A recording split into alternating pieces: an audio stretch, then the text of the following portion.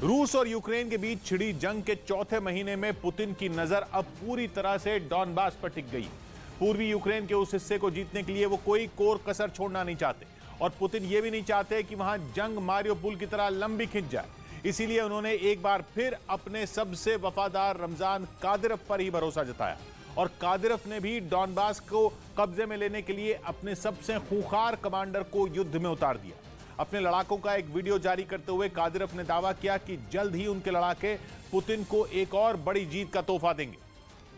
और साथ ही रमजान कादिरव ने यह दावा भी किया कि जेलेंस्की की सेना उनके लड़ाकों की ताकत के आगे अब ज्यादा दिनों तक टिक नहीं पाएगी, क्योंकि यूक्रेन की जंग में कादिरव ने अपने एक और खूंखार कमांडर को उतार दिया है। कादिरव ने अपने करीबी कमांडर मूसा अखमतोव का वीडियो जारी करते हुए उसे बेहद बेरहम और खतरनाक कातिल बताया। साथ ही उन्होंने यूक्रेन के सैनिकों को चेतावनी भी दे दी कि वो मूसा के हाथों से बच नहीं पाएंगे। हालांकि रमजान कादिरव ने यह साफ नहीं किया कि उन्होंने मूसा अखमतोव को यूक्रेन के किस हिस्से की जंग में उतारा है, लेकिन जिस तरह की बड़ी जीत की बात वो कर रहे हैं उससे यही माना जा रहा है कि मूसा को पूर्वी यूक्रेन की जंग फतह करने के लिए मैदान में उतारा गया है।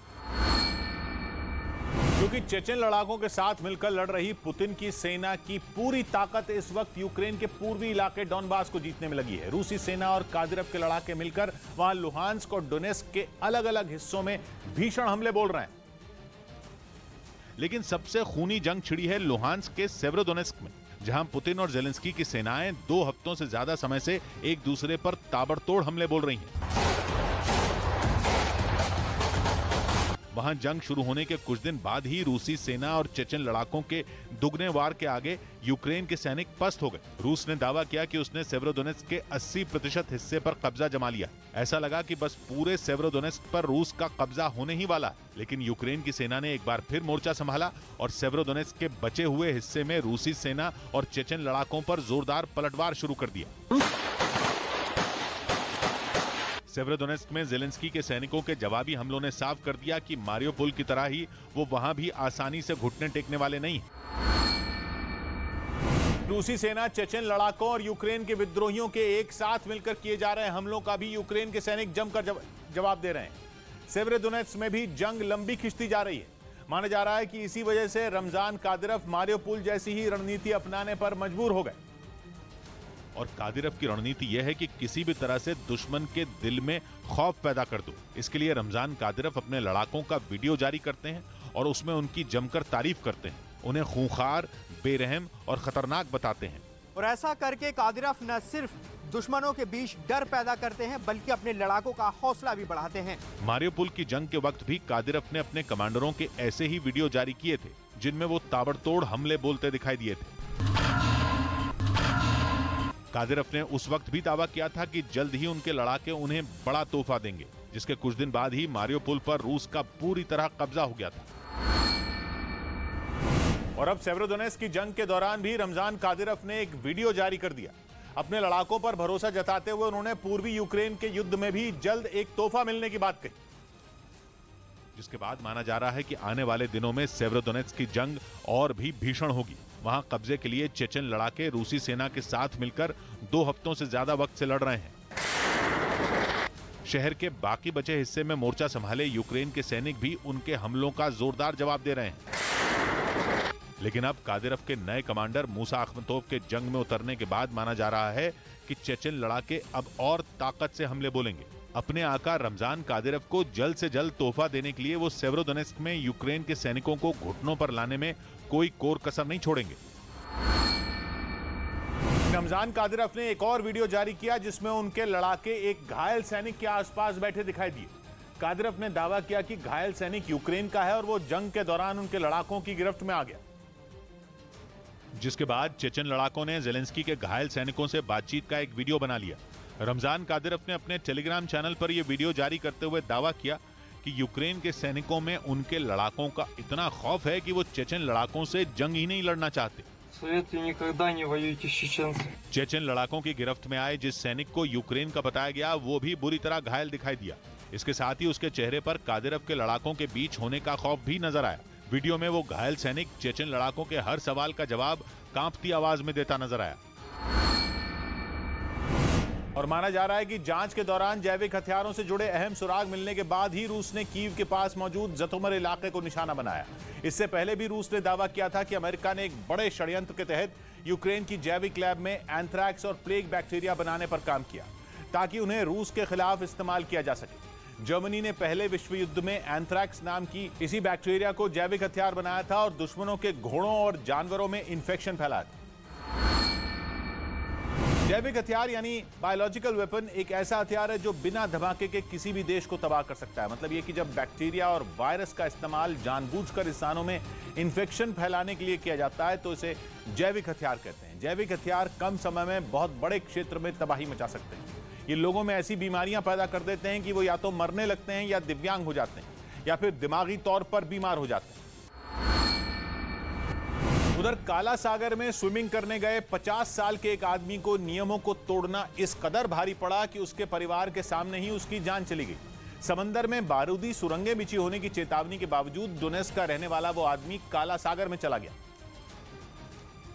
जिसका खमियाजा उसने अपनी जान देकर भुगता क्योंकि समुद्र में बम धमाका हो गया। जो वीडियो सामने आया उसमें काला सागर में धमाके के बाद कुछ लोग समुद्र की तरफ भागते नजर आए। बताया गया कि वो लोग कोई और नहीं बल्कि उस आदमी की पत्नी, बेटा और उसका दोस्त थे। हालांकि उसके दोस्त की किस्मत अच्छी रही क्योंकि वो भी उसके साथ स्विमिंग करने के लिए समुद्र में गया था, लेकिन बम धमाके में उसे खरोंच तक नहीं आई। बम धमाके में 50 साल के उस आदमी के उड़ने की खबर मिलते ही पुलिस वहां पहुंची और जांच में जुट गई, लेकिन ताकतवर लहरें तब तक उस आदमी को समुद्र में समेट चुकी थी। इस घटना के बाद लोगों को फिर कड़ी चेतावनी दी गई कि वो समुद्र में बारूदी सुरंगें बिछी होने के कारण उसके अंदर न जाएं। हालांकि वहां उन्हें किसने बिछाया है इस पर रूस और यूक्रेन लगातार एक दूसरे पर इल्जाम लगा रहे हैं। उधर यूक्रेन पर हमले के बाद दुनिया भर के कई देशों के लगाए गए प्रतिबंधों के बावजूद रूस ने तेल और गैस का निर्यात करके भारी मुनाफा कमाया। एक रिपोर्ट के मुताबिक अमेरिका समेत यूरोप के कई देशों के लगाए बैन का उस पर ज्यादा असर देखने को नहीं मिला और रूस ने तेल और गैस को बेचकर जंग से पहले के मुकाबले ज्यादा कमाई की। यानी युद्ध के बीच कई देशों के लगाए गए प्रतिबंधों का रूस पर कोई खास असर नहीं दिखाई दिया, बल्कि उसके तेल और गैस का व्यापार और भी मुनाफा कमाने लगा। CREA यानी centre for research on energy and clean air नाम की एक संस्था की रिपोर्ट के मुताबिक रूस ने यूक्रेन पर हमले के बाद पहले 100 दिनों में तेल और गैस का ज्यादा निर्यात किया और इससे रूस को करीब $100 बिलियन यानी भारतीय रुपयों में करीब 7 लाख करोड़ की कमाई हुई। यानी पुतिन ने लड़ाई के बीच भी भारी भरकम मुनाफा कमाया, जिसमें यूरोप के देश ही नहीं बल्कि भारत की भी बड़ी भूमिका रही। रूस ने इस दौरान भारत को इतना तेल बेचा कि उसने सऊदी अरब को भी पछाड़ दिया। मतलब ये कि भारत ने जंग के बीच सऊदी अरब के मुकाबले रूस से ज्यादा तेल खरीदा और इस तरह इराक के बाद रूस भारत को सबसे ज्यादा तेल निर्यात करने वाला दूसरा देश बन गया और सऊदी अरब इस लिस्ट में तीसरे नंबर पर पहुंच गया। असल में बैन के बाद रूस के तेल के खरीदार कम हो गए, जिसके बाद उसने भारत जैसे देशों को काफी छूट पर तेल देना शुरू कर दिया था। यही वजह रही कि भारत की तेल कंपनियों ने सिर्फ मई महीने में ही रूस से 2.5 करोड़ बैरल तेल खरीदा, जो कि भारत के कुल तेल आयात का 16% से भी ज्यादा रहा। वहीं रूस ने यूरोप को दुनिया के नक्शे से मिटाने की धमकी दे डाली। असल में अमेरिका और यूरोप के कई देश यूक्रेन को जीत के लिए जरूरी सभी आधुनिक हथियार देने का ऐलान कर चुके हैं, जिससे रूस पहले ही तिलमिलाया हुआ है। ऐसे में जब पोलैंड के पूर्व विदेश मंत्री रादोस्लाव सिकोर्स्की ने यूक्रेन के एक टीवी चैनल पर इंटरव्यू के दौरान यह सुझाव दिया कि यूक्रेन की आजादी सुनिश्चित करने के लिए पश्चिमी देश उसे परमाणु हथियार दे सकते हैं, तो रूस भड़क गया। उसको उनका यह सुझाव कतई रास नहीं आया और रूस की संसद के निचले सदन स्टेट ड्यूमा के चेयरमैन विचेस्लाव वलोजिन ने उन पर परमाणु युद्ध भड़काने का आरोप लगा दिया और धमकी दी कि अगर उनका सुझाव माना जाता है तो पोलैंड और यूक्रेन के साथ ही यूरोप का भी दुनिया के नक्शे से नामो निशान मिट जाएगा। और ये पहला मौका नहीं है जब रूस ने यूरोप को इस तरह की धमकी दी है। इससे पहले भी रूस कई बार यूक्रेन की जंग में दखल देने वाले देशों पर एटम बम गिराने की धमकी दे चुका है और रूस की स्पेस एजेंसी के प्रमुख दिमित्री रोगोजिन ने पिछले दिनों इसके लिए जल्द ही 50 सरमात मिसाइलें तैनात करने का भी दावा किया था। करीब 14 मंजिला इमारत जितनी ऊंची इस मिसाइल की रेंज में भी दुनिया का हर कोना है। ये इतनी घातक है कि अमेरिका ने उसे शैतान नाम दिया है, जिसकी जल्द तैनाती के ऐलान के साथ ही दिमित्री रोगोजिन ने पश्चिमी देशों को धमकी दी थी कि अगर उनकी सरमात मिसाइल चल गई तो यूरोप का आधा हिस्सा उड़ा सकती है। लेकिन खबर है कि रूस की इन धमकियों के बीच यूक्रेन ने पहली बार हथियारों की एक लिस्ट जारी की, जिनकी मांग उसने अमेरिका और पश्चिमी देशों से की है। इस लिस्ट के मुताबिक यूक्रेन ने 1000 हॉवित्जर और 500 टैंक जल्द से जल्द भेजने की अपील की है। साथ ही उसने 300 मल्टीपल लॉन्च रॉकेट सिस्टम और 2000 बख्तरबंद गाड़ियां भी मांगी। और इस लिस्ट को जारी करते हुए यूक्रेन ने यह दावा किया कि इन हथियारों के मिलने पर वो डॉनबास की जंग में रूस को खदेड़ देगा। वहीं डोनेट्स्क इलाके में रूस का समर्थन हासिल कर चुके विद्रोहियों ने यूक्रेन की सेना को आड़े हाथ ले लिया। वहां उन लोगों ने यूक्रेन की फौज पर जोरदार हमले किए, जिसका एक वीडियो भी सामने आया। इसमें रूस की तरफ से आजाद घोषित किए गए डोनेट्स्क इलाके में यूक्रेन की सेना पर ताबड़तोड़ हमले होते दिखाई दिए। आरोप है कि विद्रोहियों ने हॉवित्जर की मदद से यूक्रेन की सेना पर धावा बोल दिया। जंगल में छिपाकर रखी तोपों से उन लोगों ने इतने धमाके किए कि पूरा इलाका थर्रा उठा। वहां कुछ लोग तोप में गोला लोड करते नजर आए, जिसके बाद उनमें एक ने तोप से बंधी रस्सी को कसकर हाथ में बांधा और उसके खींचते ही वहां जबरदस्त धमाका हुआ। तोप के धमाकों के अलावा वहां विद्रोहियों का टैंक भी गरजता दिखाई दिया। दावा किया गया कि उसने यूक्रेन के कई ठिकानों को निशाने पर लेकर तबाह कर दिया। इस कार्रवाई में सबसे ज्यादा नुकसान यूक्रेन को रॉकेट हमलों ने पहुंचाया। बताया गया कि रूस की मदद के तौर पर मिले रॉकेटों ने यूक्रेन की टुकड़ी पर ऐसा कहर बरपाया कि उनके होश उड़ गए। डोनेट्स्क में यूक्रेन को कड़ी टक्कर देने वाले विद्रोहियों के संगठन पीपल्स मिलिशिया ने दावा किया कि उसने दुश्मन के कई ठिकानों को नष्ट करने के साथ ही 50 से ज्यादा जवानों को मौत के घाट उतार दिया। यूक्रेन की सेना ने एक वीडियो जारी किया जिसमें उसके सैनिक रूस के जवानों पर ड्रोन से हमला करते दिखाई दिए। यूक्रेन ने दावा किया कि दुश्मन जंगल में छिपकर हमले की तैयारी कर रहे थे। बताया गया कि यह हमला यूक्रेन के खार्किव में हुआ, जहां यूक्रेन के सैनिक रूसी फौज पर ताबड़तोड़ हमले करते नजर आए। जो वीडियो जारी किया गया उसमें रूस के कुछ सैनिक जंगल के रास्ते भागते तो कुछ घायल जवान सड़क पर बैठे दिखाई दिए। वो इस बात से बेखबर थे कि उन पर हमले की तैयारी हो चुकी है। जैसे ही पुतिन के जवान आगे की तरफ भागे, यूक्रेन के सैनिकों ने उन घायल जवानों पर हमला कर दिया जो किनारे बैठे हुए थे। यूक्रेन के इस ड्रोन हमले की वजह से वहां जोरदार धमाका हुआ। धमाका इतना जोरदार था कि रूस के सैनिकों के चिथड़े उड़ते नजर आए। यूक्रेन ने दावा किया कि इस हमले में रूस के कई सैनिकों की मौत हो गई। इस बीच खबर है कि रूस की सेना ने सेवेरोडोनेत्स्क शहर को लुहांस्क के दूसरे इलाकों से जोड़ने वाले 3 पुलों को उड़ा दिया। बताया गया कि इन पुलों के ध्वस्त होने के बाद सेवेरोडोनेत्स्क का संपर्क लिसिचांस्क से पूरी तरह टूट गया, जो कि उसके पास ही बसा लुहांस्क का एक दूसरा बड़ा शहर है। बताया गया कि इन पुलों के टूटने के बाद सेवेरोडोनेत्स्क में फंसे लोगों के लिए बड़ी मुसीबत खड़ी हो गई। वो लोग जो पहले से ही रूसी सेना और चेचन लड़ाकों के भीषण हमले झेल रहे हैं। शहर में छिड़ी खतरनाक लड़ाई के बीच अपनी जान बचाने के लिए लोग कहीं बंकरों में तो कहीं केमिकल प्लांट के तहखानों में छिपे हैं। भारी बमबारी और गोलीबारी के बीच वहां फंसे कई लोग ये कोशिश भी करते हैं कि किसी तरह से वो शहर से बाहर निकल जाएं।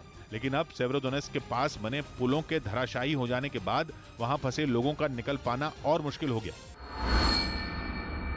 क्योंकि वहां छिड़ी खूनी जंग के बीच सेवेरोडोनेत्स्क शहर से किसी तरह लोगों को निकालकर पुलों के रास्ते से ही लिसिचांस्क शहर तक पहुंचाया जाता था।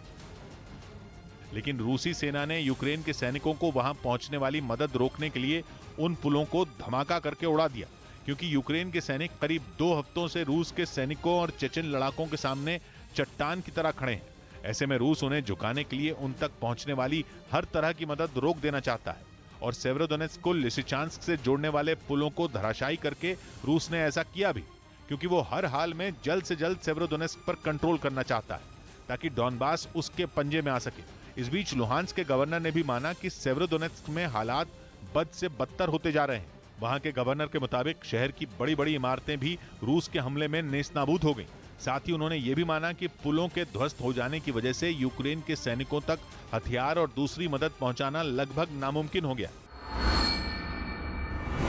वहीं खबर है कि रूस के सबसे घातक न्यूक्लियर बॉम्बर Tu-22M3 ने यूक्रेन युद्ध में तबाही मचानी शुरू कर दी। पश्चिमी मीडिया ने दावा किया कि रूसी सेना ने सबसे पहले इसका इस्तेमाल मारियोपोल में बमबारी के लिए किया था और इसकी मदद से अजोवस्ताल स्टील प्लांट में की गई भीषण बमबारी ने ही जेलेंस्की की सेना के हौसले पस्त किए, क्योंकि ये विमान जब एक बार दुश्मन को बर्बाद करने के इरादे से उड़ान भरता है तो अपना काम पूरा करके ही लौटता है।